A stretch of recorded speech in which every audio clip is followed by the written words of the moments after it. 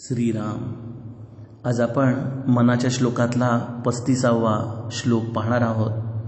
असे हो जया अंतरी भाव जैसा, वसे हो तया अंतरी देव तैसा, अनन्यास रक्षी तसे चाप पाणी, नुपेक्षी कदा रामदासाभिमानी. समर्थ माऊली भगवंत आणि भक्ताच्या मध्ये चालणारा हा प्रेमाचा व्यवहार कसा असतो याचं अतिशय सुंदर समर्पक वर्णन या श्लोकामध्ये करत आहेत. समर्थ म्हणतात की ज्या भगवंताच्या शोधाचं ध्येय घेऊन आपण निघालेलो आहोत, ज्या भगवंताची कृपा आपल्यावर व्हावी अशी आपण दिवसरात्र याचना करत असतो, त्या कृपेची खरं किल्ली ही आपल्या हृदयाच्या आतच आहे. भगवंत हा खऱ्या अर्थाने एक उत्तम व्यापारी आहे. ज्याप्रमाणे व्यापारामध्ये आपण जसं मोल देतो, जसं आपण पैसा देतो, त्या प्रमाणामध्ये आपल्याला गुणवत्ता, त्या प्रमाणामध्ये आपल्याला संख्या मिळते. तसाच काहीसा व्यवहार भगवंत आणि भक्ताच्या मध्ये चालतो. पण तिथे जी करन्सी आहे ती रुपयाची नाही, पैशाची नाही, सोन्या नाण्याची नाही, चांदीची नाही, हिरे माणक्यांची पण नाही. तिथे करन्सी चालते ती फक्त आणि फक्त प्रेमाची. भगवंताला प्राप्त करून घेण्याचं मर्म समर्थ माऊली आपल्याला सांगतेय की ज्या भगवंताला तुम्ही प्राप्त करून घेण्याचा प्रयत्न करत आहात, ज्यासाठी म्हणून तुम्ही साधन करत आहात, ज्यासाठी म्हणून तुमची ही सगळी तपश्चर्या चाललेली आहे ना, तो माझा राम कसा आहे. असे हो जया अंतरी भाव जैसा, वसे हो तया अंतरी देव तैसा. आपण आपल्या उपासनेमध्ये जो सुबोध म्हणतो ना, त्या सुबोधामध्ये पूज्य बाबांनी शेवटची ओवी अतिशय सुंदर रचून ठेवलेली आहे. प्रेमात राम रमतो, प्रेमाला मोल ना जगा माझी, हाची सुबोध गुरूंचा, गुरुरायाला तहान प्रेमाची. हा भगवंत फक्त आणि फक्त एका प्रेमाच्यामुळं आपल्या हृदयामध्ये येऊ शकतो. आणि या प्रेमाचा कण कसा आहे की आपण जितका देऊत तितक्या प्रमाणामध्ये भगवंत आपल्या हृदयामध्ये येईल. ज्याने आपल्या हृदयाचं संपूर्ण समर्पण, संपूर्णपणे त्या भगवंताला आपलं हृदय वाहून दिलेलं आहे, त्याच्या हृदयामध्ये हा भगवंत जाऊन वसलेला आहे, संपूर्णपणे वसलेला आहे. असा हा सुंदर मनाच्या श्लोकाचा अर्थ. आणि त्यामध्ये ज्याने आपल्या हृदयामध्ये भगवंताला वसवलं, अशा अनन्य झालेल्या भक्ताला तो कोदंडधारी संपूर्णपणे सांभाळतो, आपल्या निजधामामध्ये घेऊन जातो. इतकंच नव्हे तर आपल्या जीवनाचं संपूर्ण कल्याण तो करून टाकतो. असा माझा राम आणि अशा माझ्या रामाचा हा दास आणि या दासाचा या रामाबद्दल असलेला अभिमान समर्थ या श्लोकातून आपल्याला सांगत आहेत. समर्थ माऊलीच्या श्लोकाचा हा सरळ अर्थ. रामायणामध्ये श्रोते हो, एक अद्भुत असा प्रसंग आहे.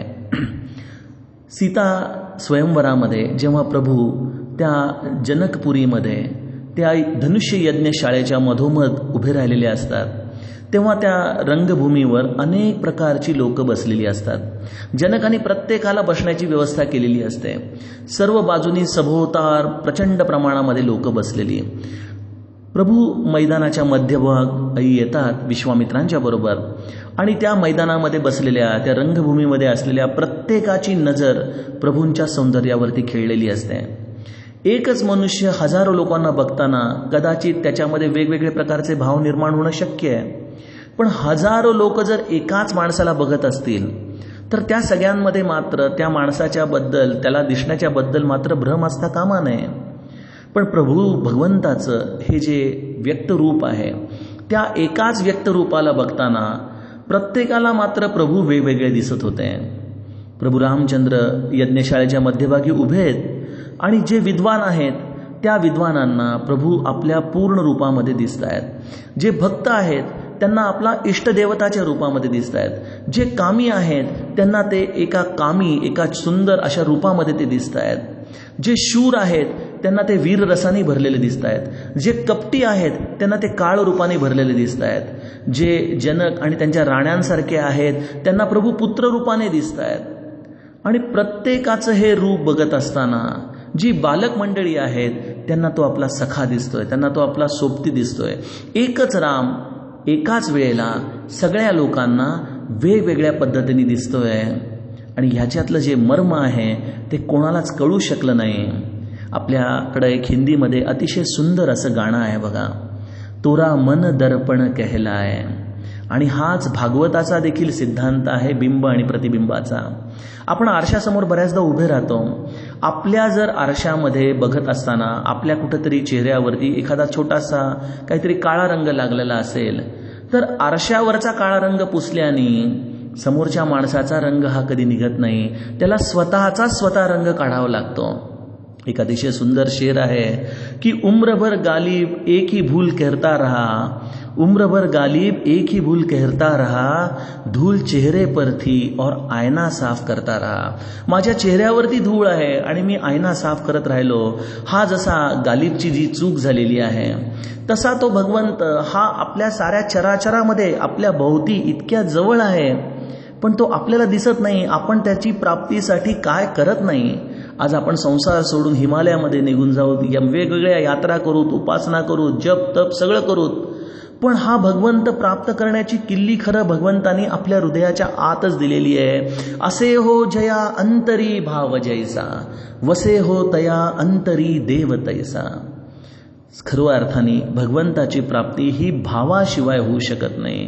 हा भाव, हे माधुर्य, हे प्रेम, हेच भगवंत प्राप्तीचं खरं मर्म आहे. आणि हा भाव आपल्या प्रत्येकाच्या हृदयामध्ये आहे बरं का. आपण बऱ्याचदा मंदिरामध्ये जातो, आपल्या आराध्य दैवतासमोर जातो, इष्टदेवतासमोर जातो, आणि तिथं गेल्यानंतर नकळतपणे आपल्या डोळ्यातून अश्रू येतात.